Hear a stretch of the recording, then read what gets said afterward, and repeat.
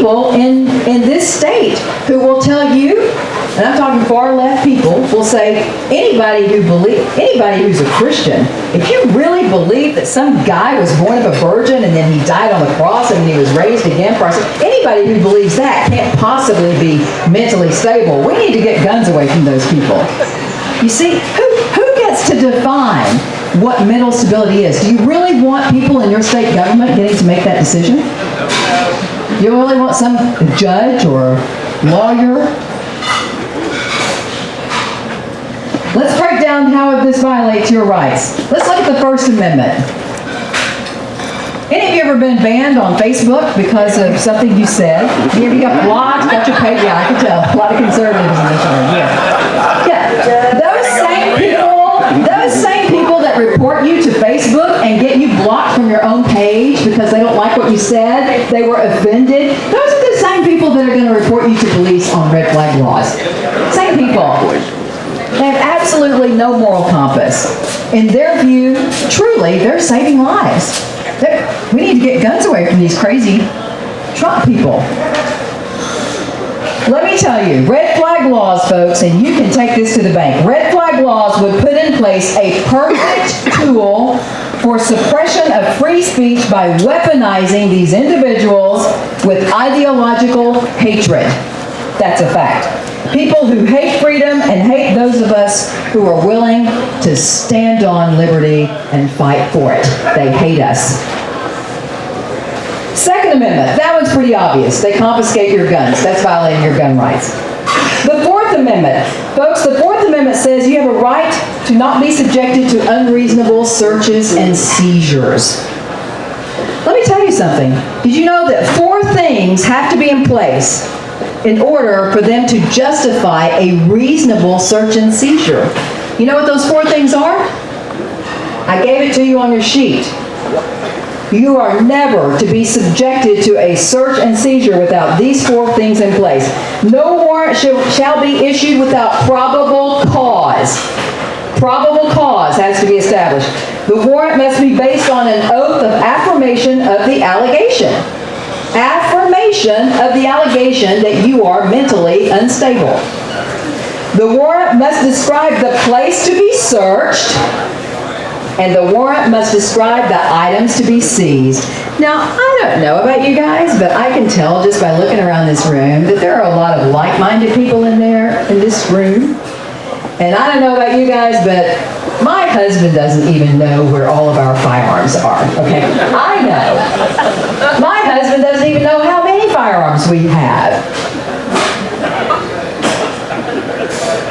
So how can someone in law enforcement present you with a warrant that lists the specific items to be seized and where they are to search for them? When I got married, I'm not kidding you, this actually happened in my wedding ceremony, unplanned. When the pastor was giving us, we were sharing our vows, I stopped the wedding. I said, wait. And the crowd went, ooh. And my fiance looked at me. He said, what? I said, I just want to clarify something.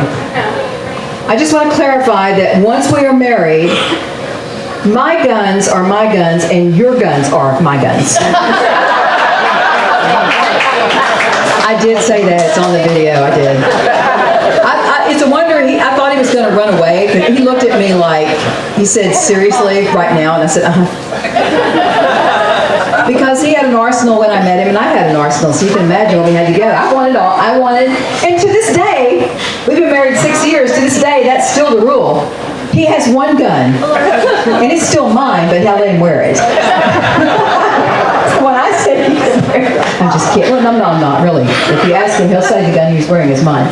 But anyway, the other side of that was he stopped the wedding shortly after that, stopped the ceremony, and said, okay, wait a minute, just wait. By now, it's turned into a circus.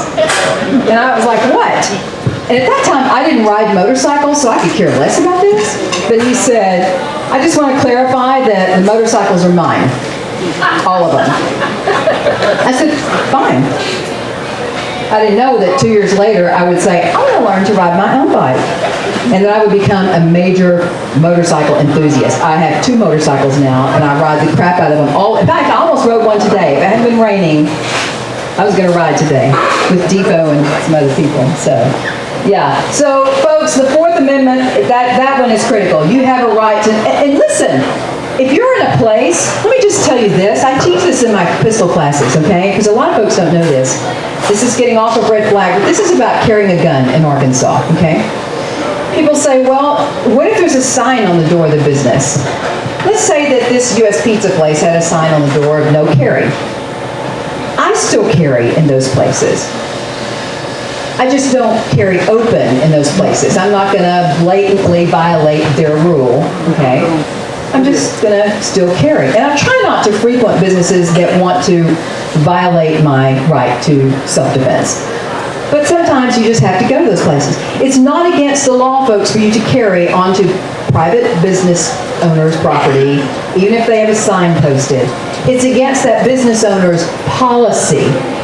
A private business owner's policy is not a statutory, it's not a law. So all they can do if they catch you carrying concealed is ask you to leave. If you refuse to leave, then they can charge you with criminal trespass.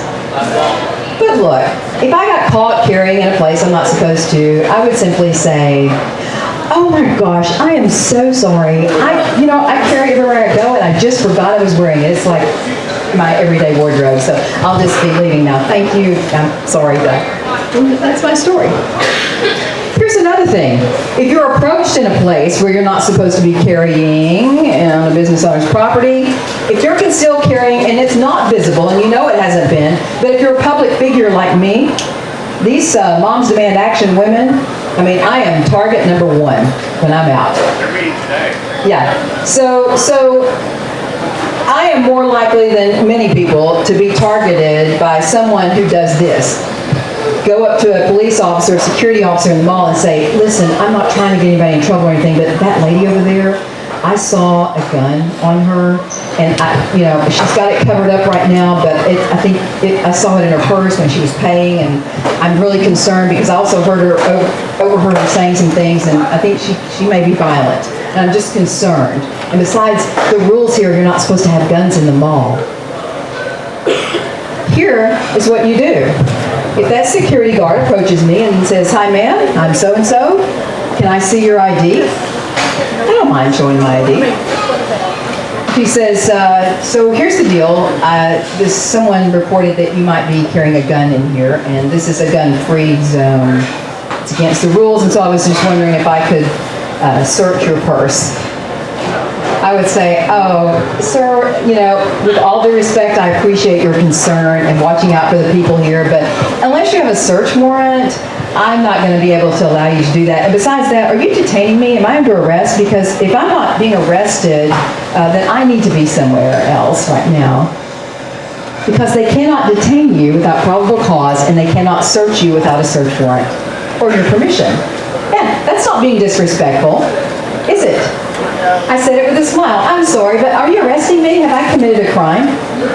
Because, listen folks, it's not a crime for you to carry in the mall, even if there's a sign on the front. It's against the policy of the mall owners.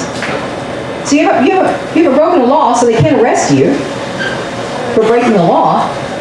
And they can only arrest you for criminal trespass if they ask you to leave first and you don't. So you see how you play that game? If you know your rights, you can defend yourself without creating a scene, all right?